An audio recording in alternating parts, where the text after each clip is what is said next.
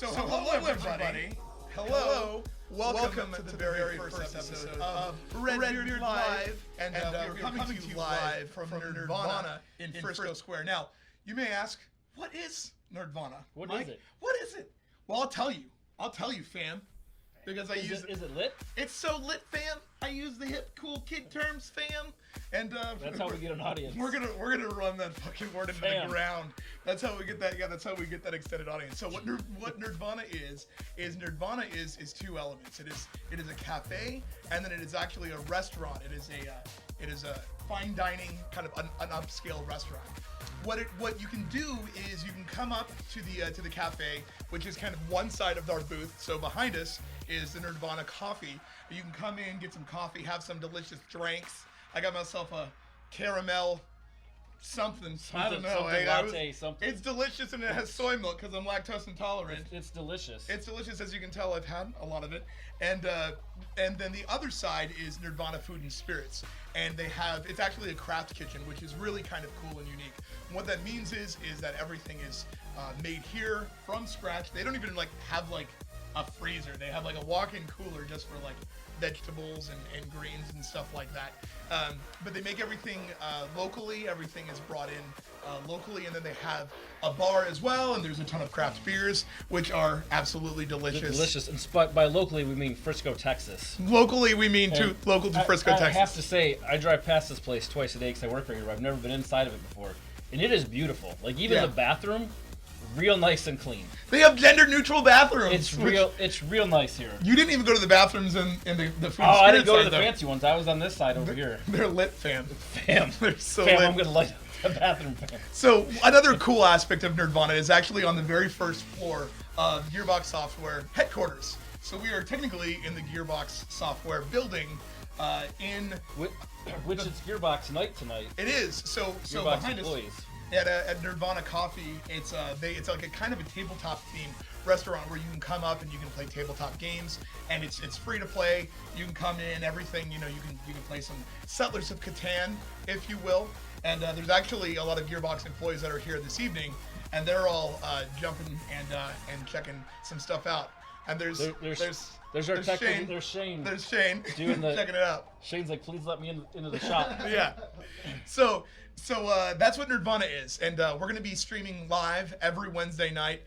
We try to shoot for 7. We apologize that we're on a little bit later. Thank you so much, guys, for your patience. But of course, this is not all of our equipment. So it's 7 o'clock in some part of the world, right? Yeah, we're okay. It's 7 o'clock, in I don't know, Australia or something. Who knows? It's tomorrow in Australia. Either way. So this is our very first episode of Redbeard Live. I am of course Redbeard because of the face, if you couldn't tell. I've done a lot of work with GameStop TV. Of course, we have a YouTube channel, Redbeard TV. Redbeard TV. Redbeard TV. Go to redbeardtv.com or just search Redbeard TV on YouTube. And next to me, this beautiful sumbitch is Mike, my partner in crime for many years on Redbeard TV. Mike, say hello to the folks. Yes, sir. Yeah. So if you've ever done anything Redbeard TV, I have everything behind the camera. So this is almost like my official camera debut. I did one podcast before, a year ago, but this is the official on-screen debut. Well, you've done a couple episodes with the Batcave. I have. You're right. I have done a couple of those, which I've gotten some requests to bring that back. So maybe we'll bring back, if you're Batman fans and you want to see an appropriate amount of toys. Some people may call it ridiculous or excessive. Other people call it appropriate. Go to the YouTube channel, redbeardtv.com, and then just search Batman Museum. I'll update. I'll make some new ones because the room has changed, of course. It's lit. It is. It's real lit, fam. It's real lit, fam. It's real lit, fam. And Number One Bay here actually has a whole section in the room because he brings me things when he goes on trips. I do. So we'll highlight that for sure. I got you, Bay. And then on the mixers, on the ones and twos is Shane. Shane says hello. Tell us a little bit about yourself, Shane.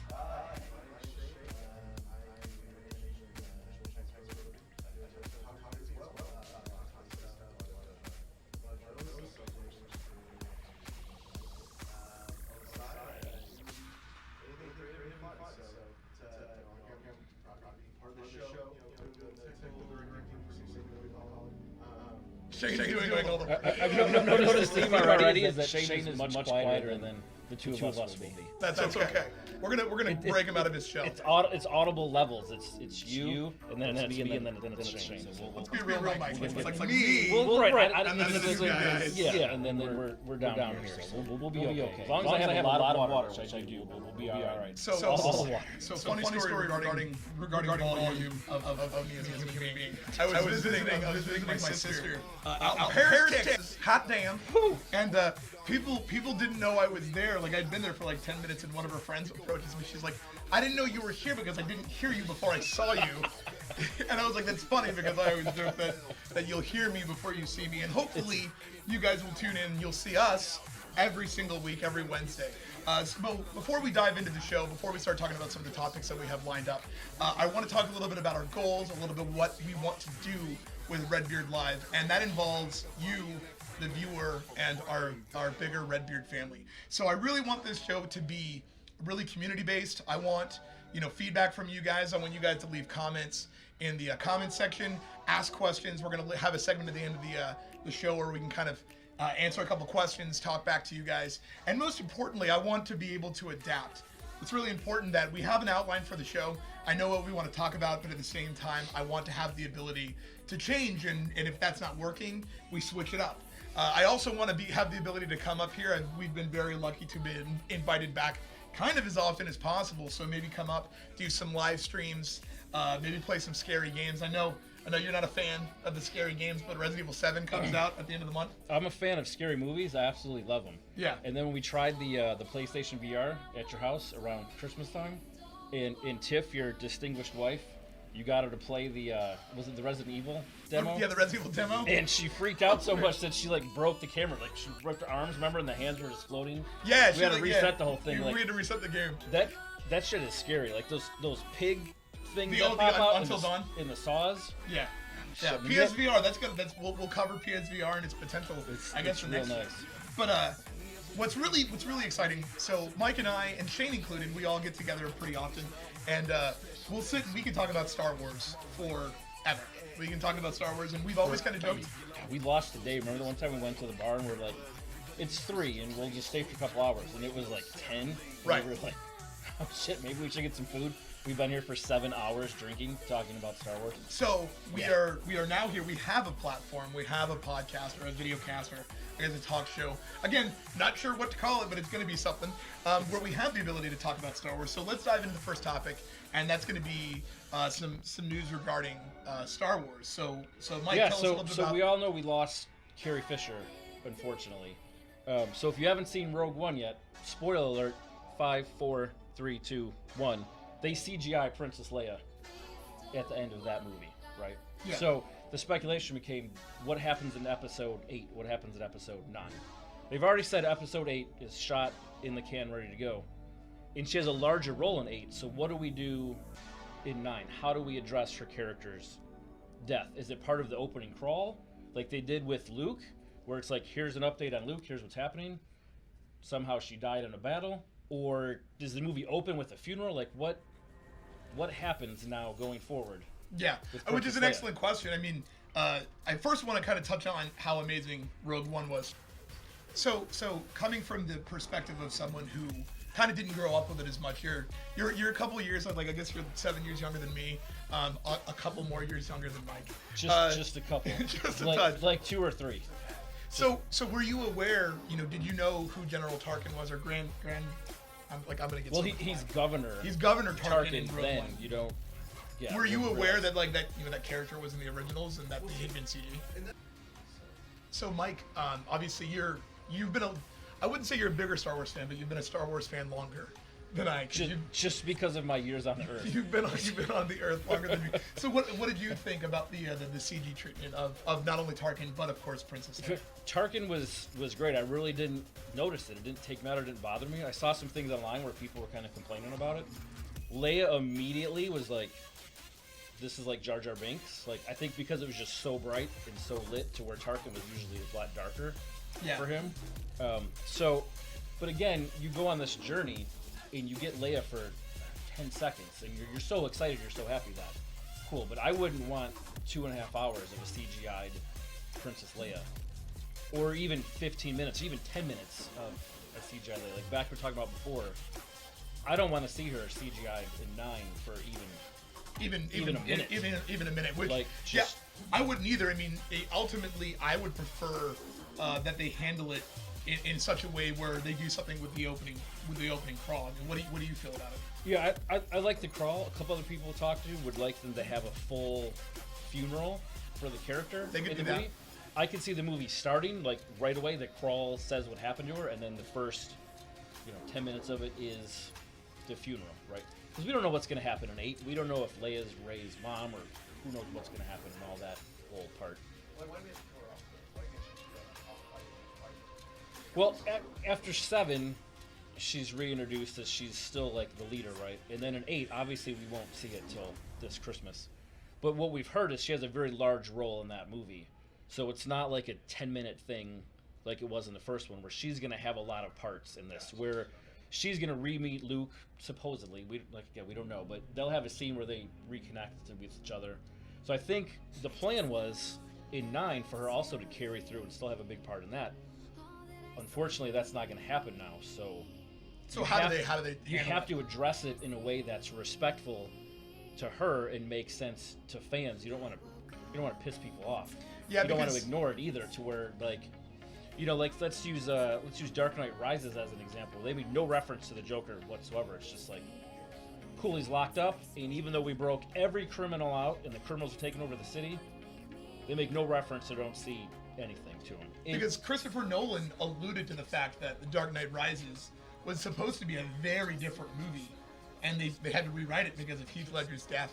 And Right. he handled it in such a way I thought was really appropriate, where he was like, it would be doing a disservice for Heath Ledger's role on the movie to even bring attention to it and be like, oh, well, the Joker is off in Arkham, or just to write him out of the movie. Whereas you can't do that with something as big as the Star Wars franchise.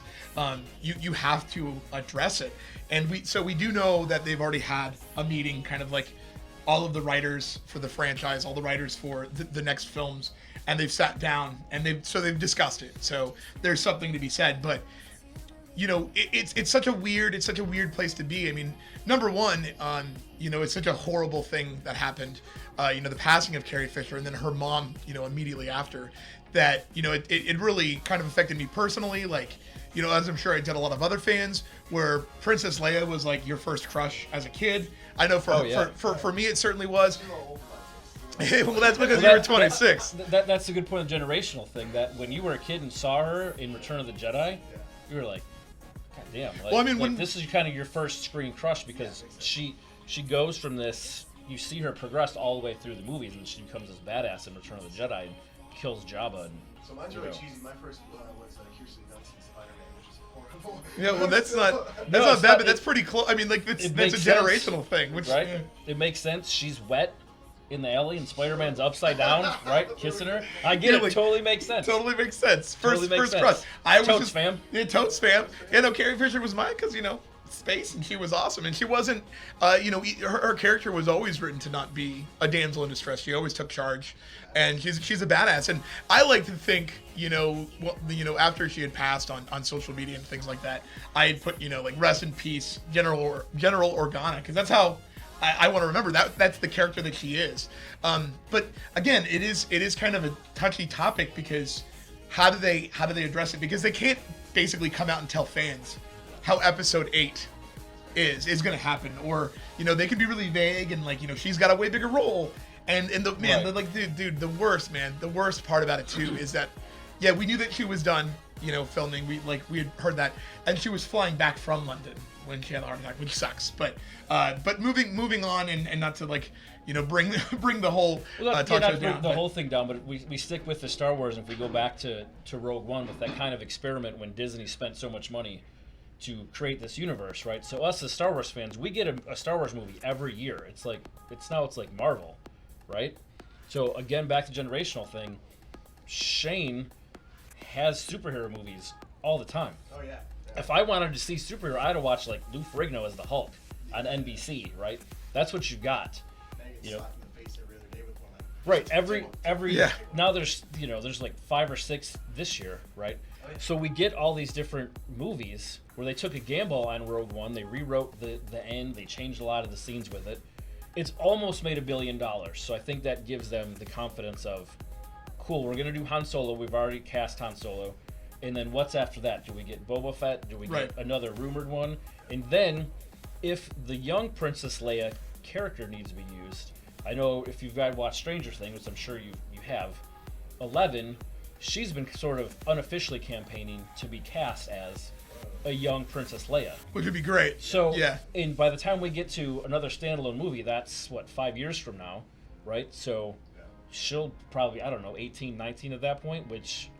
would be okay. Maybe we go in that direction, because there's no need to have a young Carrie Fisher or young Princess Leia to do CG, because you can recast her, which makes sense. I mean, but and it also kind of creates an interesting dialogue that I wanted to talk about and kind of approach to you guys, is that they CG'd Tarkin in Rogue One because if you're going to tell that story, Tarkin's got to be on the Death Star. He has to be there.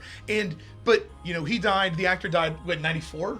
I mean, it was a long time ago, and so much time has passed where it's not inappropriate. I'm sure Disney talked to his family and his estate, make sure it was okay. But there are now Disney movies that are coming out so soon. Is it a too soon type of thing, or is it more of it just wouldn't work? It wouldn't, like we saw that it didn't. Because I'll agree. Like I thought. Yeah, like Carrie Fisher, the CG Carrie Fisher at the end of Rogue One, it was jarring because it was exciting, and at the same time it was like, oh, that's really weird, because like I've seen that opening segment so many times where I've never really, you don't really see Tarkin. He's got like maybe 15 minutes of screen time total, and whereas you're so familiar with Princess Leia in A New Hope that it's jarring. And is it something where where do you kind of draw the line there? Where does a business, where does Disney draw a line in being like, it's too soon, it's inappropriate, or it just wouldn't work? Like, what do you think? I just think it wouldn't work. Even 5 years from now, when by the time we get, I think it's still too soon to try to do anything like that. You write her out the same way that Harrison Ford wanted to be written out, the same way he died. Odds are Luke's gonna die in Episode 9. It just makes sense. So that character just goes away. Because if we're going to have 10, 11, and 12, that Skywalker saga is over. You're not bringing Luke back. Yeah. There'd be no reason for her to come back in a 10th episode or at all, really. I mean, the only kind of immortal characters you have are R2-D2, C-3PO, and, say, Chewbacca. Right. Well, he was animated in the prequels. Like, you were talking about doing like a marathon. I'm like, well, you can skip 1, 2, and 3. like for all intents and purposes, this is like no shit. Like, this is truly, honestly, how I felt about this. When they announced Rogue One, my initial thought was, oh, that's cool. We're gonna get a Star Wars prequel. Like, completely disregarding and this is not just to shit all over the prequels, but they're not good. Like, really, if like what they wanted, they should have just made Episode 3 and made it a longer thing. But of course, George Lucas had bigger plans, which ended up kind of panning out. Like, and we didn't really see how they would pan out until now, because like I felt like the Clone Wars should have been a movie, not just Attack of the Clones, that you just introduce the Clone Wars. But then they've gone on, like Lucasfilm has gone on to make the Clone Wars TV show, and now we have Rebels, and both of which are really, really good. I watched like the first season of the Clone Wars, and I thought it was really good. I thought it's a lot of fan service. Like they make nods to the movies. Well, and Disney's wiped that from canon now, anyway. So did they wipe Clone Wars, or yeah, Rebels is, but the Clone Wars cartoon series that was all wiped because that was all pre-Disney. I didn't know that. So yeah, the Rebels is, but Clone Wars is out. Is out. So speaking of moving forward with Han Solo, the standalone, you need to look online. There's a fan film, right? It's called The Smuggler's Tale. Yeah. It's goddamn amazing. If you watch it, if the movie is anything like that, it's gonna be outstanding. It's fantastic. I don't know. It's maybe 10 minutes. Well, the guy that plays him is the one that does like all the Robin Williams impersonations and stuff, and that dude's like blown up insanely. So like he got like a really good reputation for doing impersonations, and like that's how they cast him. I think it was through Kickstarter, right? That came through. I mean, we live in such a strange. I don't know. I just found it and it was great. Yeah, we live in such a strange realm where like media can blow up, like including a show like Redbeard Live. Tell your friends. Yeah. Make sure you follow the channel. But you're right. I mean, like, there's so much potential for a Han Solo film. I mean Han Solo Right. Cup.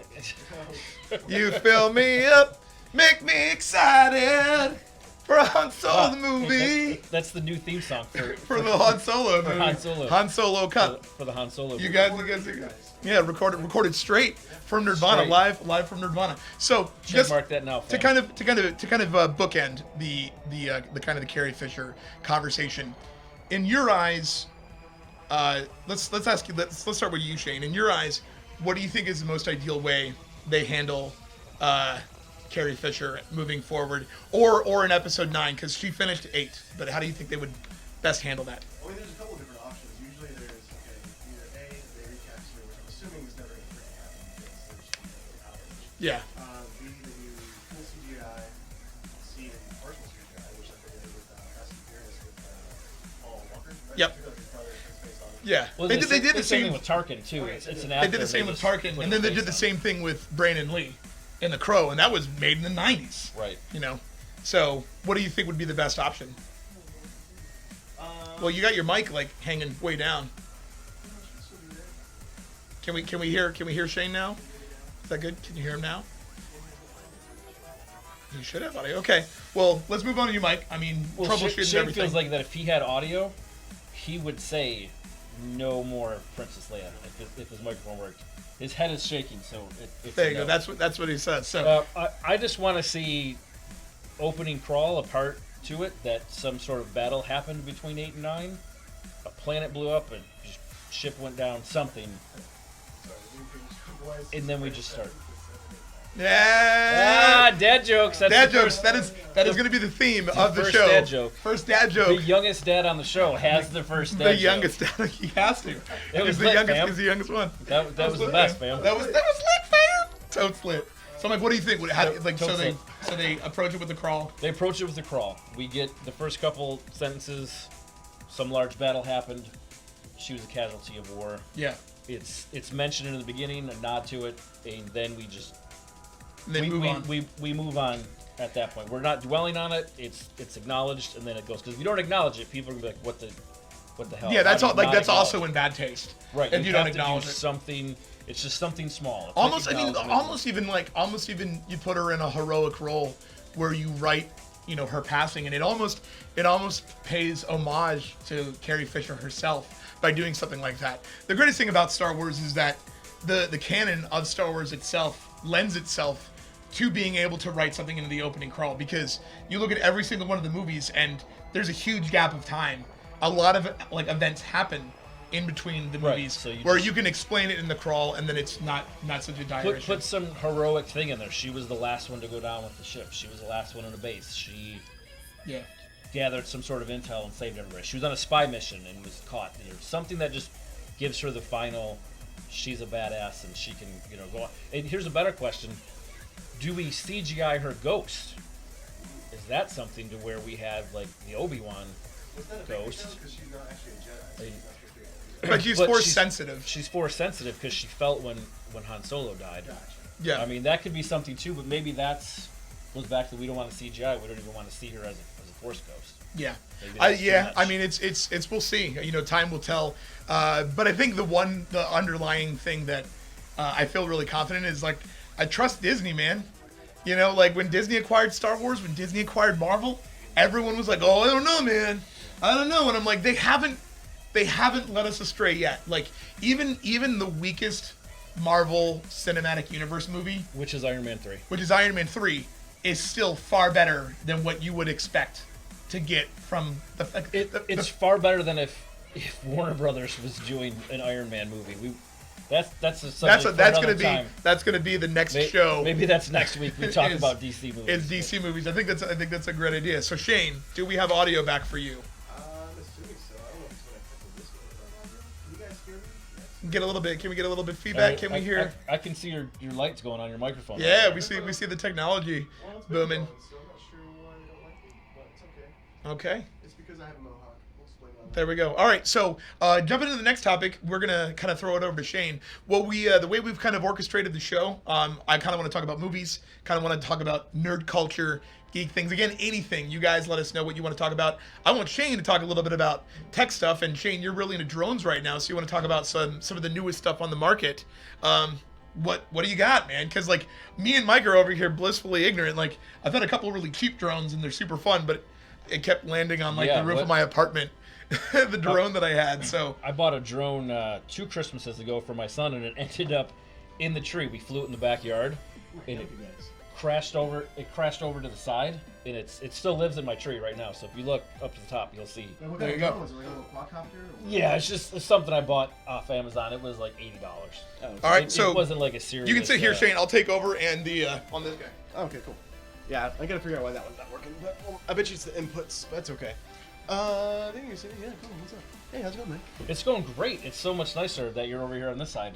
I know, right? Because you were over there, locked away in your booth over there. In my booth? Robin Quiver's booth. Oh, can you guys hear me now? Do I need like, hey, hi, mom? No, Do you just need to be right? I know, right on top in the of it. mic. Okay, cool. Yeah, no, a couple cool things. So at work, we actually do a lot with drones, since we do a lot of like architectural pre-visualization stuff. So we do like a lot of like drone flybys and things. So like who that. flies the drone? You or somebody else? I do not, because you have to be like FAA certified and all this other stuff. So a good buddy of mine at work named Luke, he's the pilot. He's all certified and fancy stuff. And So his name is Luke, and he flies. yes, actually, And he it's flies funny. ships. Yeah, he does. Hey. I gotta bring that to Bringing it back around to So, Star Wars.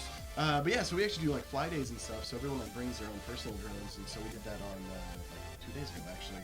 But no, what I want to talk about was the DJI. DJI is like the big brand of drones. That's like the prosumer all the way up to like film grade and all this stuff. And the new one that's really like hyped about looks literally like freaking something out of like Batman's arsenal. It's like this little itty bitty size of like a freaking, I don't even want to know, like a sub sandwich or something. Like the blades fold out and stuff, and it's Right. just like super stealthy, super quiet. It's about $1,200 though, so it's a little expensive. Shoots in full 4K, slow mo. The crazy thing about this though is that kind of like how we'll be talking about the Switch, this thing got sold out like immediately, and then it got so many pre-orders that it was supposed to launch in October, and they've just been backed up since then, and they're like just now sold. Gonna get a little Oh, a little closer. Yeah, there you go. Oh man. So, what's the battery life on something like that if it's that small?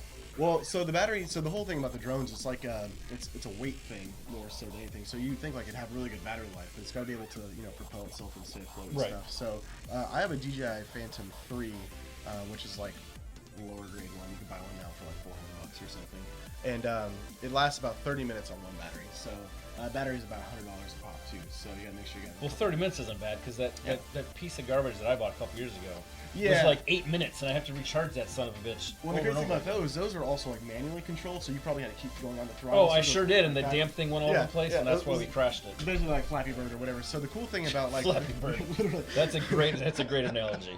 Well, so my buddy Nick that actually like builds like 3D prints drones, parts and stuff. It's he has a thing called like Ludo frames. It's really cool, custom, crazy, cool stuff. He's like, yeah, it's like controlling a cat is basically what he says. And it's funny because he brought one of his and he ate a tree like every 2 minutes. I mean, he was just, but he does the FPV cameras where he can have like the goggles and stuff attached, Right. like, kind of like the drone racing league, which is really cool. I'd end up throwing up if I had that. Man, I was looking at it and it's like extreme fisheye, wide angle craziness, and it's just like you're going warp speed through everything. But yeah, no, the battery life is pretty cool. About 30 minutes, you can capture full HD video. I got some really cool stuff of like downtown Dallas the other day. You're supposed to stay under 400 feet if you're not like certified to fly. And also, again, something Luke was telling me, like helicopters will like try and crash your shit on purpose just to be a dick.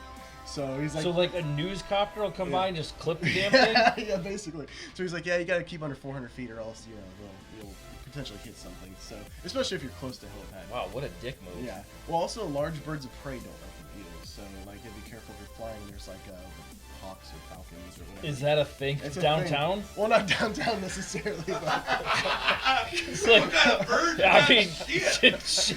I don't go downtown that often, but the giant I mean, vultures damn. and stuff. Well, I do like a lot of like real estate stuff for my dad, like out on the lake, and so yeah, you have to be careful. what's the thing out there then? Yeah, like big ass like turkey. So vultures what and you're stuff, saying so- is rich people have a hawk problem. yes, they do. There we go. Okay. Makes sense. But yeah, so that's the cool thing about that. We'll probably post up some links and stuff later, but the DJI Mavric is pretty cool. It's all. Oh, the thing that I was going about with the flying like a cat. All these are GPS like enabled, so you can just like sit your control on the ground and it'll sit there and hover, and that's all it does. So until you move it, it won't move. And it's really cool because you can set like home points and set it to track things. So if like you want to go for a walk and just have your drone follow you, like you can. Like that, you don't even have to do anything. It's super chill. It's like we're living in the future. Yeah. It's like it's 2017. I'm just like waiting for you to be able to like reach around your back, and, like throw it in the air, and it just like follows you around. That'll be next. Have you seen? I don't know if it's a real thing yet or not, but there's like that little selfie one where you just kind of take it, and toss it out. Like I've seen, I don't know, Shark Tank or some shit like that. But it was like. It was like you take it out. It was like the floating drone selfie. Yeah, to replace the selfie stick. Like, okay, all right. Yeah, that's how we've gone to now. But it was those are pretty cool. And that thing was tiny, so I don't know how long that lasts, but it was pretty cool. I don't know, enough to take a selfie. Yeah, well, I mean, then you've got to use the battery to then actually use the camera, which then that would probably just suck the juice. Oh man, the juice right out of it. Well, other tech stuff that we were going to talk about at CES, Toyota released a new i-Series car. This thing is like crazy thing of the future, all like Robotech. The whole thing is like one giant ass video screen. Basically, you can like program your car to be whatever color you want it to be. Have like signs and basically a driving billboard. Thing drives itself. The outside of the car, yes. You can have its digital screens on the doors. Digital screens everywhere. You can put a freaking rainbow on your car if you want to. Is this a production or a prototype? It's a prototype. So, but it's, they say it's going to be like launching like next year, supposedly. But it's kind of like, did you ever see like the BMW i-Series that came out? That was part of.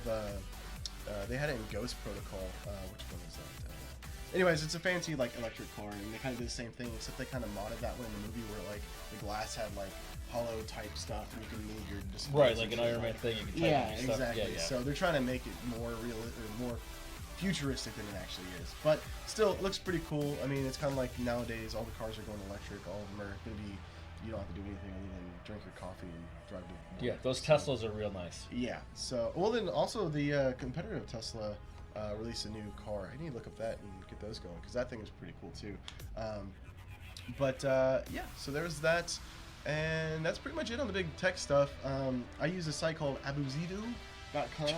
I know it sounds really weird. Go ahead and spell that. Yeah, it's like I can't even spell it. I'm not even trying to. It's bookmarked. That's all that matters. Yeah, exactly. But it's super cool because like they do stuff for like cool tech stuff for like your home office. They give you all kinds of like inspiration, ideas. Like if you want a speaker to play music off your phone or whatever, but you don't have power, what do you do? Like, you're kind of screwed. Yeah, you can do like the whole cup thing. But there's a thing on there. It's like this. Actually, it's like a wooden block. And you put your phone in it, and it has like a and it has a and it has basically it just amplifies your the sound coming out of your phone already. So it's just really cool modern tech stuff, like a keyboard that looks like a typewriter, but it's fully digital, backlit display, LEDs, stuff like that. I mean, it's a little hipster kind of stuff, but yeah. So that's kind of the big tech stuff. I don't want to take up too much time because I know we're a little bit late, but are we good for the next big thing? Out, man. Let's swap out. Right. Cool. All right. So you tag out. So, all right. So yeah, like I was kind of talking to some of you guys in the stream. Yeah, let's we'll get some of the volume fixed. Again, I got like beard hair in my mouth. Yeah. Yeah, you do. So we appreciate you guys being patient. Thank you for the feedback for the audio. Again, we're trying to figure out a way to even like hear ourselves in the booth. It's an amazing setup in here at Nerdvana Spirits and Nerdvana Food. And maybe that's next. We upgrade to headsets. Maybe we get some Astros or something. That's right, Mike. Like we got Chef Mike in here. You want to come in and say hi? Come on, man. Come on. Let's see if we can get you coming around this back way. Yeah. Bring it on in. It's our first guest on our. This is our first guest, everyone. What's so up? There we go. On our pilot. That's right. So this is Mike. This is the chef for Nerdvana Food and Spirits. And I have to say, man, so the first time I came up here, I came before you guys had, when you were still in your soft opening, had dinner with Christy, and I had your, it was chicken fried steak, but it's your brand of chicken fried steak. You want to sit down and talk about some of your favorite plates a little bit? You want to get a chance? Here, sit down right here, talk right into the mic. All right. Okay, well, the chicken fried steak is our, can you hear me? Yeah. Are we they're good? All right. So the chicken fried steak he's talking about is it's called the Chef's Mike chicken fried steak on the menu. And it is 3 2-ounce filet mignon medallions that we cut in-house. We butcher all our meats in the house.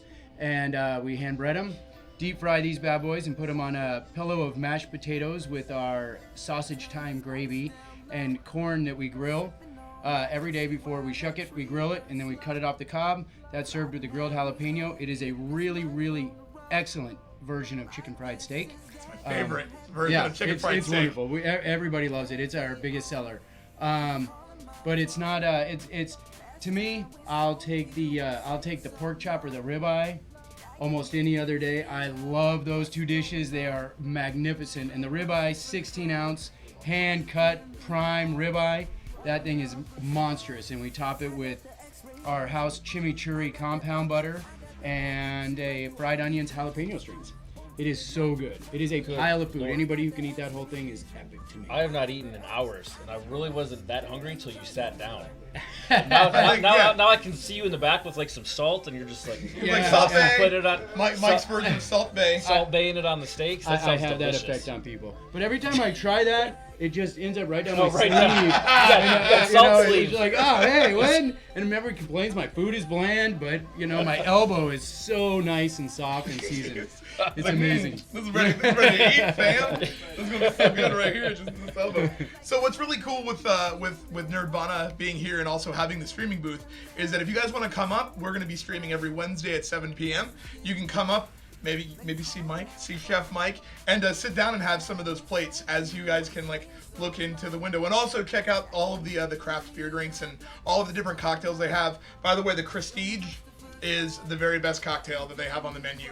It is a pineapple vodka with kind of a mango simple syrup kind of mix. Oh man, that shit is awesome. It's it's spicy and pineapple. But Mike, thank you so much for swinging You guys by, are man. awesome. Thanks, Thank Mike. you so much. Thanks and, for having me as your first guest. First on guest your- Mike. On Yeah. your pilot show. It's awesome First to have guest. you guys up here in the podcast. Thank you, Mike. It's awesome to have you here, right. man. So again, yeah, if you guys get the opportunity to come up, it is upscale dining. It is fantastic. It is delicious. I mean, every single thing I've had here is really good. And what's really cool too is that Nerdvana really embraces kind of geek culture. So they have an appetizer that's called Hadouken beef, and it actually is faced in the way of the So of what the move. we didn't mention earlier is that you're sitting at the bar.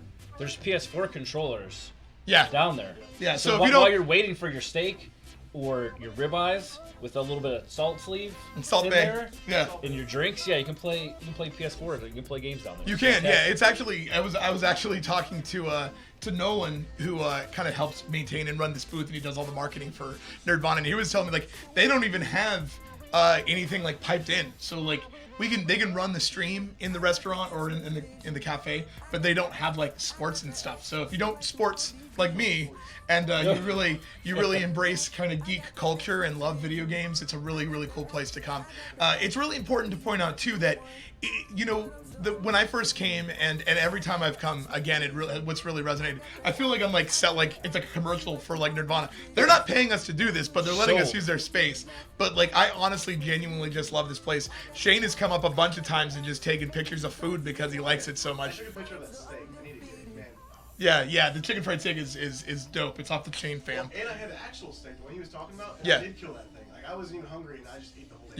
You killed the steak. It was amazing. It's amazing. It is I amazing, and can it's think when it has to happen next week. We need to eat some food. just as we're Yeah. streaming. First, as we're here, But that it's sounds delicious. It is so good. If you guys have the chance, and again, come up on Wednesday at 7 p.m. see us stream, and it's really cool. But it's one of those things where if you grew up with video games, you grew up with kind of geek culture, and you never grew out of it like us. This is the kind of restaurant for you. But it's not campy. It's not cheesy. It's a really, really nice and kind of elegant, mature restaurant that just embraces geek culture. I love it, man. I can't say enough stuff. But definitely need to come up and check out Nerdvana. And the cafe as well. I can't say enough cool stuff about that. The cafe right behind us is just amazing. The coffee's at great. some point we'll have to get a shot of the restaurant so you can see We will. exactly what we're talking about. Chris, It's what was the name of the drink that you liked? Steve? The It's Christige. So it's actually Christie's Christy Pitchford. It's her Twitter handle. It's named after her Twitter handle, and it's so good. I'm gonna get one after the show. It's so good. So we are kind of running a little bit behind, but we're having a great show. So I want to kind of jump to our final topic, and of course that is the Nintendo Switch. Nintendo just announced the Switch. They announced the Switch a couple months back. They had a kind of a teaser video that showcased what it does, but they didn't really talk about the specs. They didn't really talk about different elements of it, and then they had a presentation. It was like at 10 p.m. last Thursday night. It was from Japan, and it showcased the price point, the release date. So here's what we know: it comes out on the March 3rd. It's going to be $299. There are 2 different models of it. There's one that just is black. With the black Joy-Cons or kind of the slate gray, and then there's another one that they're calling the neon model that has like a red and blue Joy-Con, which I have pre-ordered, and it's $299. And the accessories, there's a lot of accessories available for them, and they're kind of higher in a higher price range than what you would anticipate. What do you think, Mike, about the price point first? Well, what I was thinking of with the first of all, Joy-Con is a really weird name. I mean, I know you can't call So are Wiimotes. I mean, but we're just used to calling them that. Right, you can't call it a Wiimote. It's a Joy-Con. You share the joy. I get it. You share the joy. But the price point of $80, right? Okay. Well, if you look at it now, a Wiimote is $50, right? So if you can find a new one in retail, they're closer to $40. I know, like, you can find them pre-owned at other retailers, and they run about $35. But when they came out originally, when it was new, 50. it was $50. Or even if for an individual 40, one, it's individual one. Yeah, right? it's $70 for the set of Joy-Cons for both of them, and that's right. It's $40. It's separate that. Yeah, so, it's like $40 or something if you buy them individually, and then it's like $70 if you buy them together. And I'm almost sure that's the price point, but I apologize if I'm that's only $10 more than what it was if you were buying a Wii/Wii U set, because the nunchuck was $20, the Wiimote was $50 or $40, so it's basically the same, but you're getting 2 fully functional controllers now. Right. When yeah. you do it that way. But you do need them as a set. They are 2. Oh, you absolutely have to have a set. When I see now they sell them individually, I'm assuming that's when you lose one. Yeah, exactly. Or you break one. Yeah. That's why you buy it. It does come with 2, so it comes with the set. I mean, what you get with the Nintendo Switch is you get the docking station. You obviously get the Switch itself, which is the tablet, and then the 2 Joy-Cons, and then the harness, which I apologize, I'm not sure what the harness is called.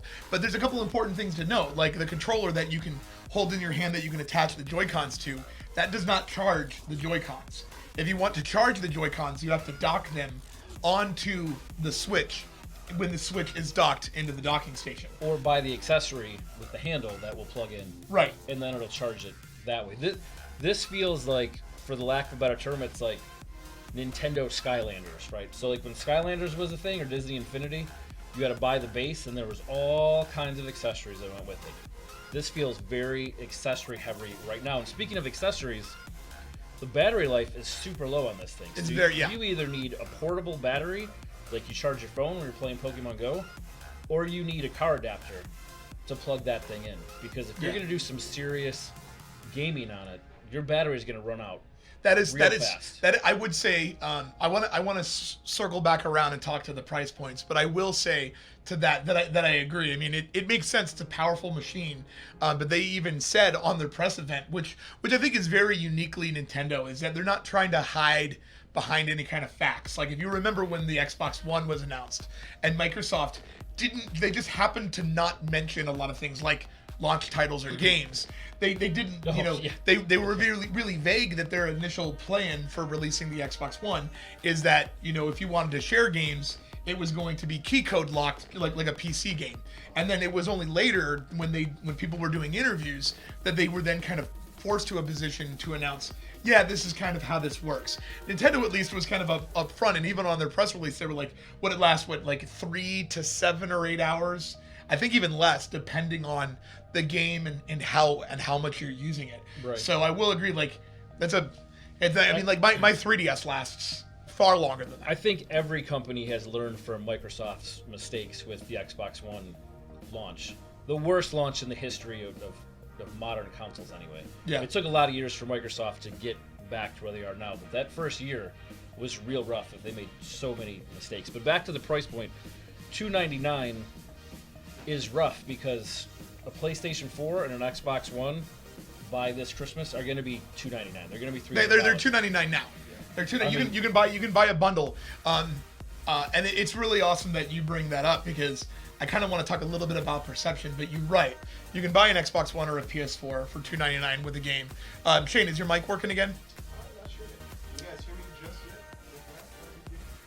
yet? Yeah, let me know if your mic is working. We can kind of jump back to you. I want to get Shane's input. Shane can come jump back in here. But I think with the price point is the dangerous point because you have to look at it from a different perspective. Don't look at it from the people that are watching this in our perspective of we love games and this is cool and we don't care, take our money.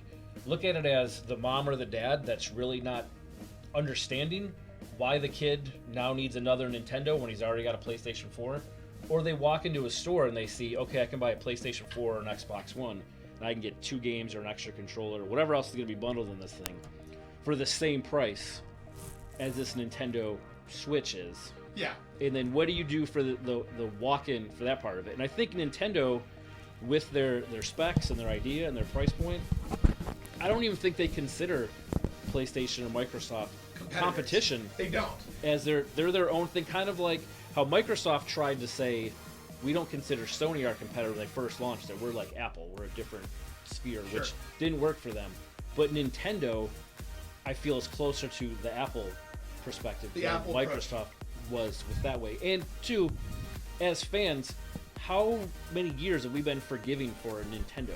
Nintendo makes mistake after mistake after mistake after mistake. And everyone's cool. I love Nintendo. Nintendo's the best. Microsoft does one thing wrong, and it's like, fuck Xbox, burn it to the ground, trade it in. All I want is a PlayStation 4, right? Right.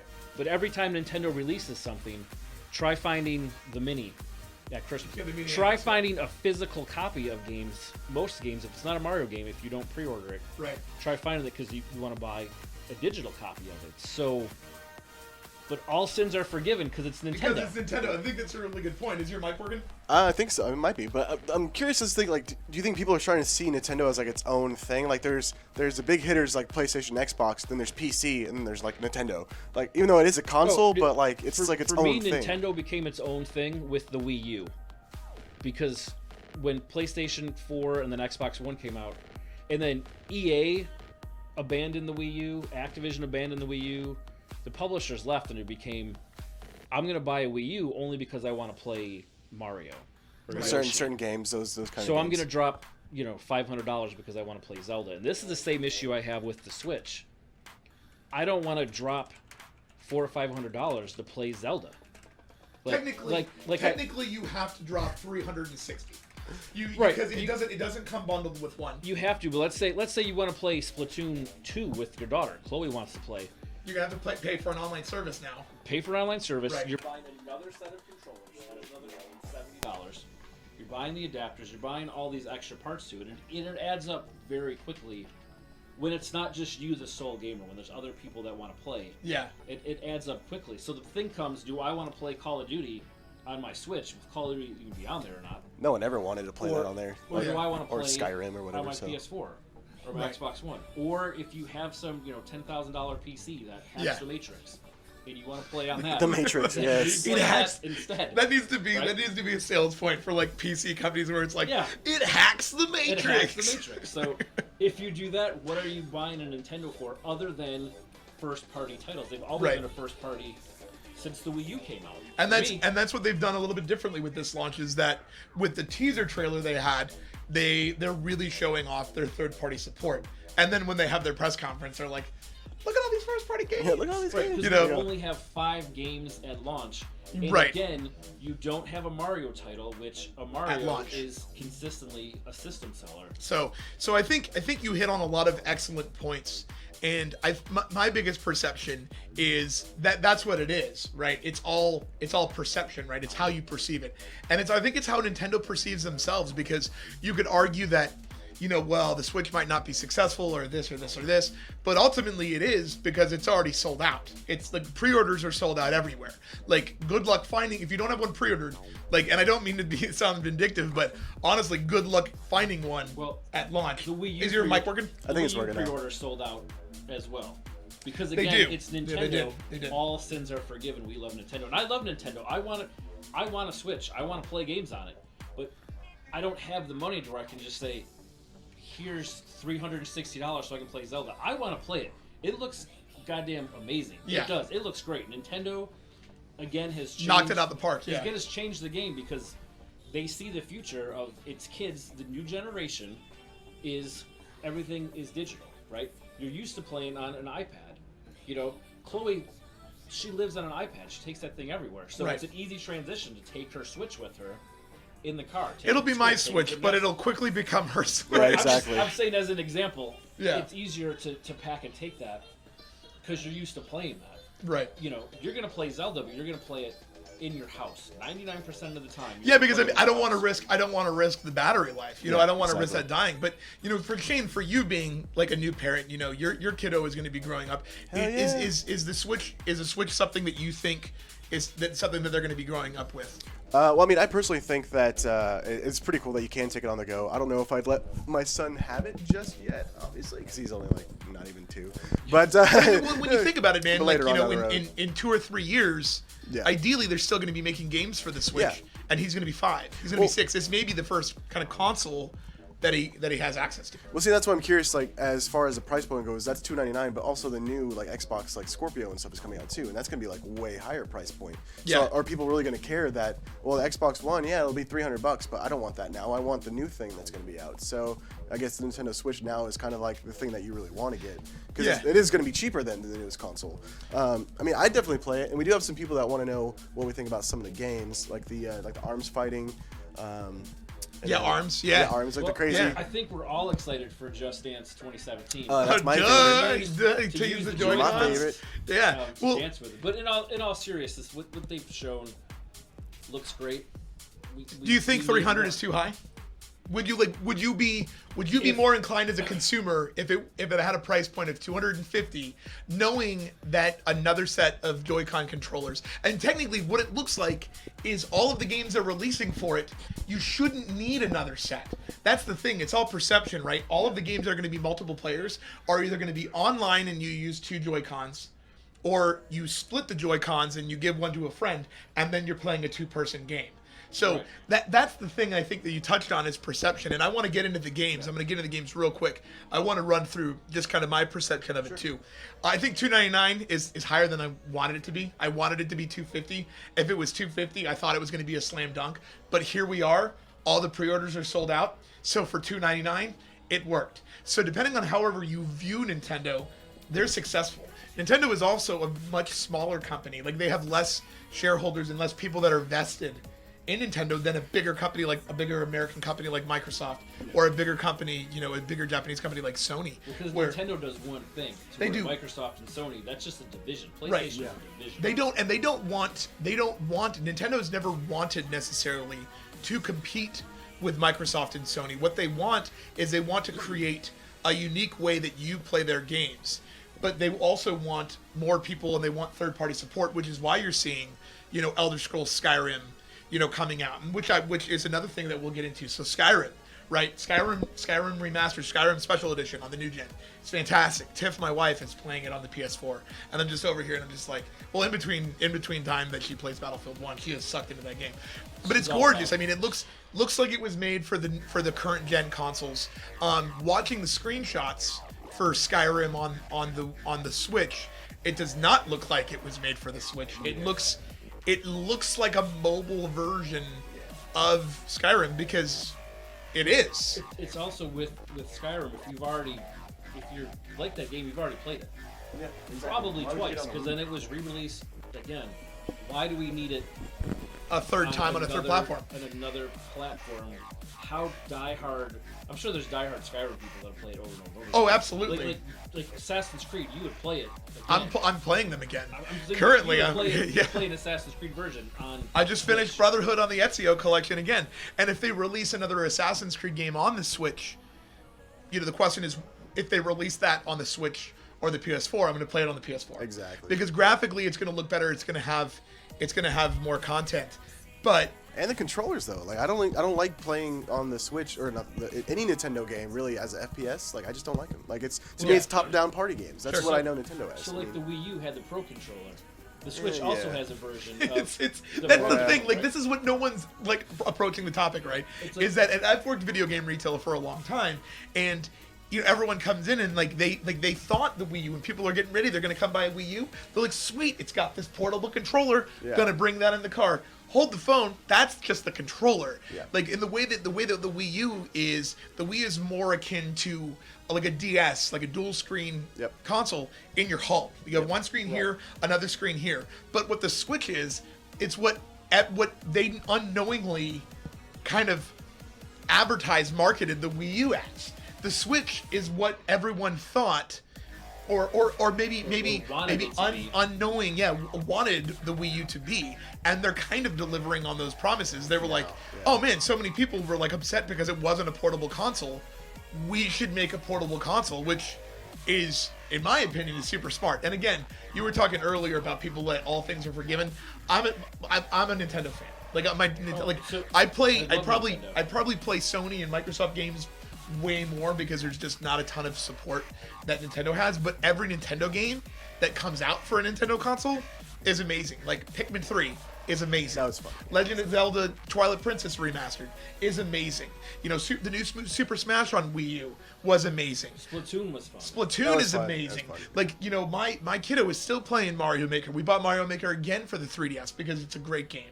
You know, so it's not that like all things are forgiven, but Nintendo is in a weird place where they're at like this fever pitch because they created so much demand for like the NES Mini. Like, you know, Wii U's sold out across the country like at Christmas time. And this isn't just, you know, in one retailer, this is everywhere. 3DS's, 2DS's, these things that you think are going to be really easy to just walk in and like pick up, like sold out because of, you know, largely it's also because of the success of Pokemon Go. And then Pokemon Sun and Moon coming out, people picking up consoles, you know, handhelds specifically for that purpose. So one quick question, guys, real quick. So they want to know if you could play 3DS games on the Switch. You cannot. Well, no, but if you could. If you could. Would that like? How could you? How could you? Just say I had an import port or that's, something. That's the next question I was going to ask. Does Nintendo continue to support the 3DS, which the DS, the 3DS has kept Nintendo cash rich for well, really the DS family. Like, what's the price point for those right now though? $200. Yeah, exactly. Yeah, a new 3DS is $100 less. But if you could, what's your difference between that? Like, do you only keep Pokemon on the 3DS family because you want to sell your handheld 3DSs? You don't put no, they could. I mean, like you have games like Switch. Pokemon Coliseum that are on the Wii. I mean, like the rumor has been, and again, this is speculation, but the rumor was that there was going to be a new Pokemon game on the Switch called Pokemon Stars, because they've done that with every Pokemon title. Is that they come out with like, you know, Diamond and Pearl, and then Platinum is a mixture of the two. Like you get a lot of like the, you know, legendary or exclusive Pokemon that are only found on each one. They create a title where you can get more, and then they did the same thing with, you know, with. And they've done it a couple times, you know, like with Ruby, they had Leaf Green, right? And they had Ruby. Together. So the rumor is that they're coming out with a Pokemon on the on the Switch, and they could, because they did mention that, like, and they were really kind of vague about it, but the Switch is going to have a touch screen capability, but it looks like it's kind of just only on the lower thirds. Right. So they could. You still need to use those controllers, but. So, is it in a Nintendo marketing room? Are they looking as, we want you to have a Switch in your bag and a 3DS in your bag when you travel? Like, we want you to take your Switch to play Zelda or Skyrim or whatever you want to play, and then you need to have your 3DS so you can do your Street Passes. You can play Pokemon. You can play whatever else you want on there, because it seems almost counterintuitive to have two portable systems. But that's the thing too, is that that's what's unique, is because no one's done this, right? Because Nintendo's always ahead of the curve, whether we're ready for it or not. Nintendo's always doing ahead. But they're really kind of doing their own thing. I mean, like I think what really kind of hits the point on, like, you know, on that hits the nail on the head is, look at the GameCube, and it had a handle on it. And that's what they talked about at the beginning of their press event. Oh, I remember that. Yeah. Is Nintendo was like, they wanted you to take it to your. They wanted you to take it with you. So, where the 3DS is never going to go anywhere. The 3DS is going to be, you know, they're going to probably just keep evolving that. That's probably why they kind of came out with the new 3DS, which was kind of like a mid-grade step up. Which, it's way more powerful. If you play a 3DS and then play a new 3DS, it is much, much better. But that's why they haven't really released anything, is because they know they're coming out with a Switch. And whereas the 3DS and the DSs are portable handhelds, the Switch is a portable home console. Right. And that's the difference. So will you have both? I will. Well, right, yeah. The Nintendo, the core, the fan base will, but Nintendo needs to branch out to the, you know, the quote unquote the casual gamers again, like they did with the original Wii. Right. That exploded, and people that never played a game before, hadn't played it in forever, were like, "Oh, what is this? I can bowl, I can do tennis, like you can play things like." And that. it's the same, and they're kind of doing the same thing with the Joy-Cons because they have the what they call like HD rumble feature, Yeah, where you can feel if there's like ice cubes and do stuff like that. in there. And then it's also got like an infrared sensor where it can tell how far away your hand is from it. So, and that's my argument as to why the Joy-Cons are probably more expensive. Like one, they're probably just for replacement units. Like if you crack or break your screen and you don't have a warranty, you buy a new Switch. Right, yeah, 'cause but you can't but buy the them. Joy-Cons, if you break them or something, they're expensive because they do much more than they're much more than a smaller Wii remote. That's Well, the it's thing that I don't think that people it's understand. The Joy-Con itself is what reads the amiibos, right? Not the Right, system. the Joy-Cons are Yeah. NFC readers too. Like so, Got they sensors in there. Mhm. I mean, the cost seems to be a little shocking when you look at it, but when you break everything down that's in it, it makes sense. Maybe it could even have been more expensive. Maybe they could have been I mean, Nintendo. $60 a piece. Yeah. You know, if Nintendo was really trying to dig into it good, but there's so much technology packed into that little thing. Yeah. And that damn thing is so small. Like, Yeah. Are you going to have to do the straps like you did with the Wiimotes? Well, they Because have you're them. gonna, They have like, it comes with straps, and then Right, but what- who used the strap on the Wiimote? Nobody, Right. right? You took the thing off. Right. Well, I mean, I think people may use the strap more with the Joy-Cons because it actually changes like the ergonomics. It changes the feel. It makes the Joy-Con bigger. Like it takes because the Joy-Cons have left and right bumper buttons on that flat surface Yeah, they got that on slides the into inside it. there. So when you attach the string or the wristband, it's more than that. It's kind of like it's like a semicircle that attaches onto it and raises the left and right bumpers of the Joy-Con. So it does so much more than just that.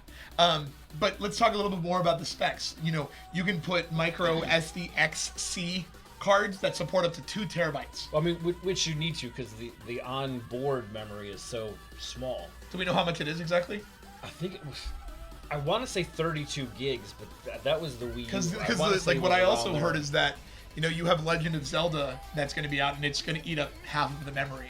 Now, mind you, if you have Legend of Zelda, it's probably the only game you're playing because there's only going to be 5 games at launch. Right in the beginning, but then as you go, then you have to collect. 32 gigs starting on up to 2 gigabytes. Yeah, 32 there up you to 2, go. but, like, 32. So shoot, 2 man, terabyte like- if you buy that card, and then what's that card going to cost you? $100 for a 2 terabyte card? 150 go. for a 2 terabyte. Shane with the answer. Well, I mean, 150. and So 150 for a 2 terabyte external hard drive though is not bad. It's not bad, but it's the Vita all over again. It is. Well, the Vita is way worse. The I'm saying with the memory cards. proprietary memory on the Vita is highway robbery. 32 gigs for $80 for a memory card. It's Well, like it's obscene. Like That's why the Vita has died among many other reasons why it's died. right. But Yeah, because if you want to save any games, you have to buy like you have to sell your first onboard. you have to have a collection of memory cards and these little Yeah. things, and you're sliding them right. in and out all the time. And then the same thing with the Switch now. You're carrying essentially like SD size cards. Like Gives you carry another, 3DS. but it gives them a the- reason to sell you. Like, but I mean, ultimately though, you're not going to be carrying it around. You're going to put the SD Well, card in, and then you have your memory. They and then want it's there. you to they want you to take it places though. So Right. you're not just gonna go. You know what's the one from the video that they made where everyone was making fun of her on Reddit? Like, what was Karen? her name? Karen from the Switch commercial? So they're like, oh Damn it, shit, Karen! Karen has showed up again. So Karen's gonna have some more games in her pocket or her purse or somewhere. Or the She's not just carrying gonna case play- that you can buy from Nintendo. Right, and then you put, which will hold 5 games, and you have to buy the adapter like the 3DS one, right? Right. Which will carry your other 10 games in there, Yeah. of course. Right. So then, what are the boxes going to be? The size of 3DS boxes? I Just- think just the toss them? boxes are going to be. I think the boxes are going to be kind of taller. They look like PSP or Vita cases, where they're a little bit taller. Of course, they're going to have their own kind of Nintendo style and Nintendo sensibility. But yeah, they're going to be like cartridges. And that's what's kind of cool with Nintendo, man. Like they're going back to cartridges. And Well, and then we were talking about earlier with the online service, which you're now paying for, which makes sense because Sony does it, Microsoft does it. You need a cash flow to support servers. I think a lot Fine. of that has to do with the fact that the games are going to be region locked. That was one of the first things they announced. So you can be playing people, in Japan. I don't know how those servers are going to look, because on the 3DS or on the Wii U, you're playing people. Well, you're playing people like overseas, but if you're using like Wi-Fi or are they going to sell data plans where you can, stream Right, and is you it- can you can use your Switch online Is it the without Vita being again? without the being Wi-Fi. Yeah. Original Vita came with that. You put your AT&T card in there. Yeah. And you These use are all the data questions that are going package. to be really interesting to find out. But let's talk a little bit about the games. I know that some people were asking about the games, Shane. Like ARMS looks like it's a lot of fun. I know that I know Tim Geddes from Kind of Funny, which is a podcast that I like, a talk show streamcast that I love. He was at the Nintendo event. He said that ARMS is way more fun than it has any right to be, and I think Nintendo has a tendency of doing that. What are some of the titles that you're looking forward to? I think ARMS is a good entry one, kind of like, for lack of a better term, like Wii Sports was, where someone can pick it up. Where ARMS is easy. There's not a learning curve. It's not like, here's how you play Zelda, here's how you do this. You get a casual person to come in and pick that thing up and go, right? And you've got like Switch Bomberman. Yeah, that's coming out at launch. Yeah, that's Switch That's Bomberman. a launch, We have and then- 1-2 Switch. Legend of Zelda. Legend of Breath Zelda. of the Wild. Skylanders, which Skylanders Imaginators, which is already out, which is one of why the not, best, right? which is one of the best Skylanders. Like we're playing that a lot at the house, which and is a then really fun game. Just Dance, of course, which we're all really secretly looking Wanted to play forward dance. to. I think They're both- what looks really interesting to me, and what I honestly think is I agree with you with ARMS. It looks kind of like a Wii Sports. I think 1-2 Switch is more in the vein of a Wii Sports. Because you don't even need to look at the screen. Like, it's really capitalizing on that HD rumble feature. Right. To showcase that, because you know what's happening, you can feel it. Yeah, with without, like the ice cubes in the glass sort Yeah. of thing like that. Yeah, you can milk a another cow. another You can milk a I saw cow. that. That was that, so awkward. that's another party thing, right? So Karen shows up and then you're playing. That's your plan. And you hand you the Joy-Con. Be like, here, milk a cow. Come You're- milk, you're come at a milk party. with me. Come virtually milk this cow. That would be that someone should take that and edit it over like Meet the Fockers, where he's like Everything's I have gonna be nipples. nipples. Can you milk me? Can you- I sure can. With my Joy- With your Joy-Con. With my Joy-Con. You're milking everything with Just milking it. with the Joy-Con. Did they announce anything past the launch titles? What's Sure, next? yeah, And, they announced of course ARMS. The biggest one that I want to talk about is Super Mario Odyssey. I mean, Did you they get give my a figure out? Yeah, okay. Did they give a release date for it? Yeah, they Or did. it's It's just fall? it's fall. It's So fall, I that could believe. be- But yeah, no, Super Mario Odyssey. I think the thing that I'm most excited about Super Mario Odyssey is that the past couple games that Nintendo has released has been in the 3D vein, where they have Mario Galaxy, Galaxy 2, Super Mario 3D Land, Super Mario 3D World. But Mario Odyssey is like on the same path as, for example, Super Mario 64, and then Super Mario Sunshine, which is my favorite of the Mario games. Mario Sunshine for the win. So he's gonna play more like that as opposed to like level based, like it's as opposed to like a 3D version of the original Mario titles. Right. It's an open world, almost kind of like a modern sensibility of how modern games are, but with Mario. And they animated the hat. That drives me nuts though. Like, have you seen the GTA 5 mod of Mario in it? Yeah. It looks just like the damn game, but it's GTA. Well, it looks like part of the game. I think what's important to note is they showed Mario in like a real world kind of in a city, New York kind of setting, but that's one of the worlds you can go to, and I think that's the idea of Odyssey. Yeah. That looked pretty cool. But I was like, okay. But I mean, to me, like, I guess, doesn't Mario belong more in like the cartoony environment, or is it? Why is it becoming more? Well, I mean, I think that's what makes the game it's unique. the evolution of Mario. It's maybe that's Well- the next step. Well, also, I think what's important to think about too is if you go back and I noticed this, and again I don't know if this is really how the game is going to play out, but I noticed as I was watching the video of it, is even though it's like an open world setting, he's moving in very linear lines. Like he's jumping over cars because that street path is the path he can run on. He's not running like diagonal and in Right. curves in every which way. So it is kind of a set platform for that level. And that's kind of what anchors it and keeps it more structured as a Mario title. And his hat turns into a person. Yeah, his hat too. Well, they're also doing Mario Kart 8 is getting the re-release. The Mario Kart as 8 well, Deluxe. right? Yeah. Well, I mean, it's Mario Kart, so you should always have a Mario Kart. Now, I would have liked a new one. Maybe that's next year. Maybe that's 2018. Maybe Right. maybe it's like when PS4 and Xbox One came out, and we were just getting re-releases, HD to kind of fill the gap before things Yeah. came through. Maybe that's what we're getting with Well, you know, Mario. there are new power-ups. There's a new game mode. There's a new battle mode. So with those new elements, it could be that it's enough that it it kind of keeps you going. It's like Mario Kart 8 with DLC. Yeah. What I'd be interested to find out is, what kind of amiibo support does it have? Is it going to have new amiibo support, or is it going to be the same as Mario Kart 8? Because obviously there's going to be amiibo support with Legend of Zelda Right. Breath of the Wild. There's going to be new Legend of Zelda amiibos that come out that are going to do, I don't know, they haven't really announced much what it is going to do, but they did announce that the Wolf amiibo that comes with Legend of Zelda Twilight Princess, you can tap it on the NFC reader, and however many lives you ended up with at the end of Twilight Princess then carries over to Breath of the Wild, which is pretty sweet. And Right, it's and reminds me that that ahead of time. which reminds me I need to finish playing Twilight Princess. But what else? What other games? What are you excited most about? Do we have more questions over there? I mean, we've been going for a couple hours here. But we wrap it up here soon. Stuff was mostly about if you could play the 3DS games, like 3DS games inside the Switch. A lot of people are talking about fighting games. Talking about So fighting games. That's a good question. Like a Mortal Kombat or a Street Fighter or even a Smash Brothers. Like, how does that play on your little Joy-Con controller? I mean, That's a it great almost question. seems like a skill where you're going to have to So it's sort of like when when the iPhone started to get larger, right? And you were like, shit, my thumb can't reach there. And then after like 2 days, you were like, cool, got it, no problem. Yeah. And it's like, once you think you get past that learning curve, can you do all the combos? Can you do those things?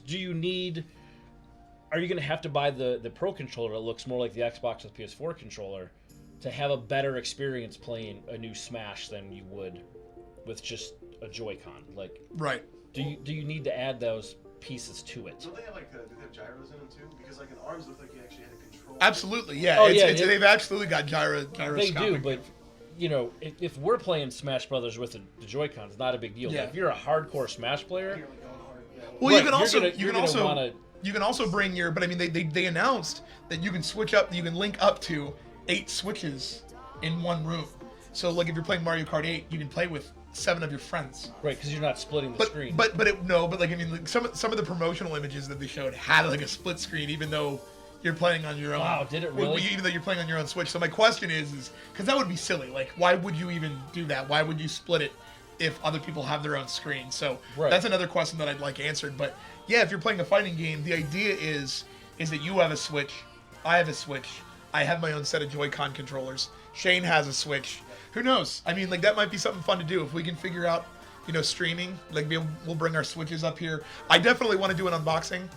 So when the Switch comes out, we're gonna, maybe try to come up here that day, do the unboxing for the Switch, set it up, show people. That'd be a really cool idea.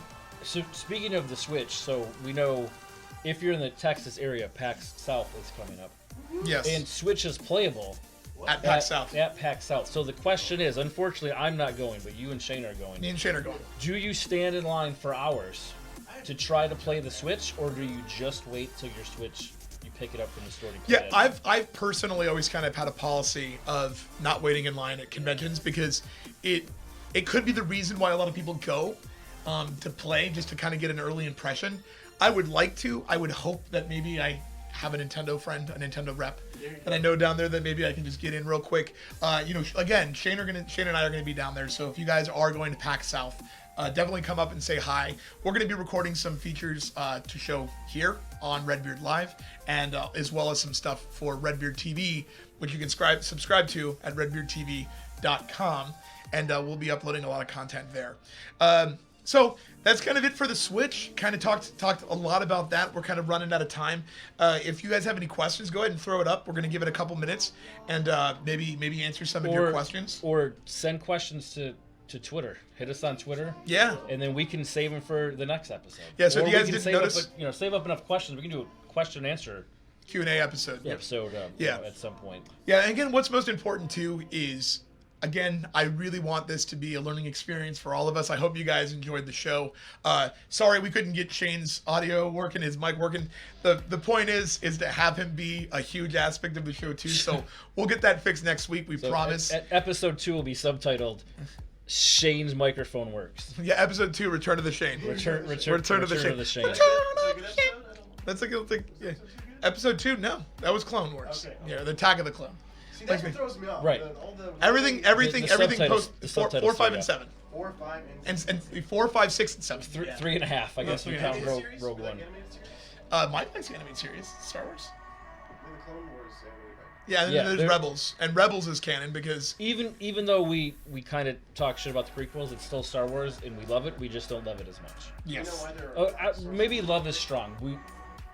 We tolerate it and we like it, and we're happy that we at least had something in between to motivate Disney to buy Lucasfilms and put more Star Wars films out. more Star Wars There- films, more Star Wars. more Star Wars, more Switch, Live in World with more Star Wars. and next week more Shane, Or Shane. more Shane. So Next week episode, double the Shane. so remember, you guys can follow us all on Twitter. Shane, come on, Shane's come on gonna- over. Tell them where they can follow you. Follow you, Shane. Shane's gonna do a Let's Mortal get Kombat. your plugs in. Oh, get my plug in. Go get your plugs in, bud. Put yourself over, Shane. Oh, that's right. So I actually meant to plug some cosplay stuff too. So Next episode. Oh dang. Next episode, Shane will be back with cosplay. Yeah. Well, but I will say I did do a shoot over this weekend, of course, cosplay, and I cosplay. Don't refer to me. Sorry. It was actually a Femme Joker and a Harley shoot, and it was really cool. So we remade some. So I'm classics. interested in it now. Yeah. Instantaneously. Next So episode. Next episode. Next episode. Pictures. Finish editing it, and Yep. we'll share it And with then everyone. tell them where they can find you. At Roxas Studios _ in between there. I have my tag up there on the stream, and you can. That's on Instagram and that's on Twitter. And roxasstudios.com is my website or Facebook as well. So hit me up. It'd be awesome. It was great. A lot of fun. And, You got your Joy-Con thumbs ready. I do, man. I'm ready.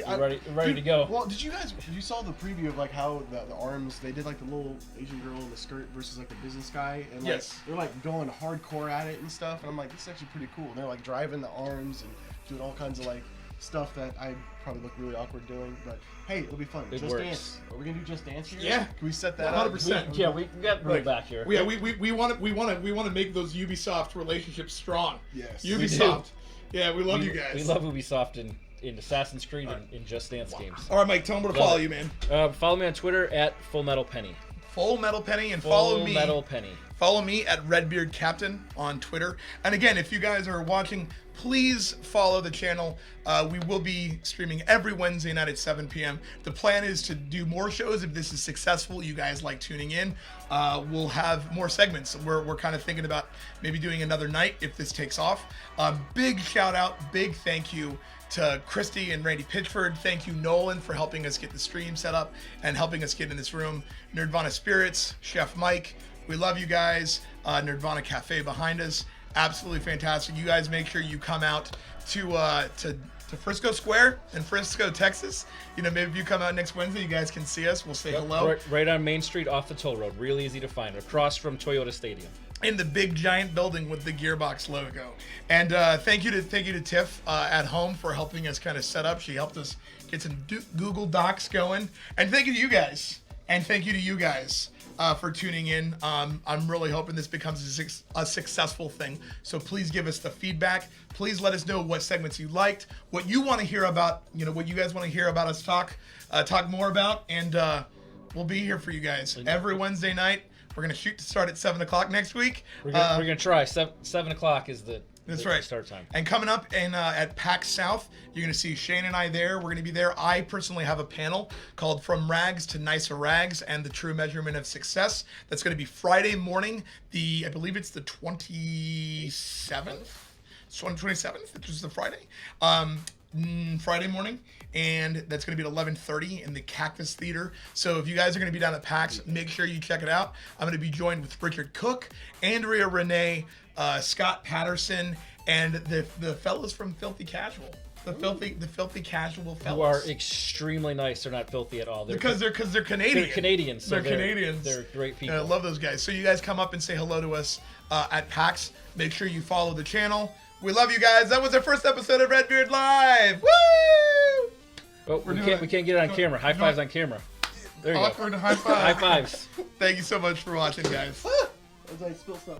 Oh. No, we're good. We made it a whole stream without spilling things. We may not be. Well, no, coffee's good. We're good. We're good. It's okay. Thank you, guys.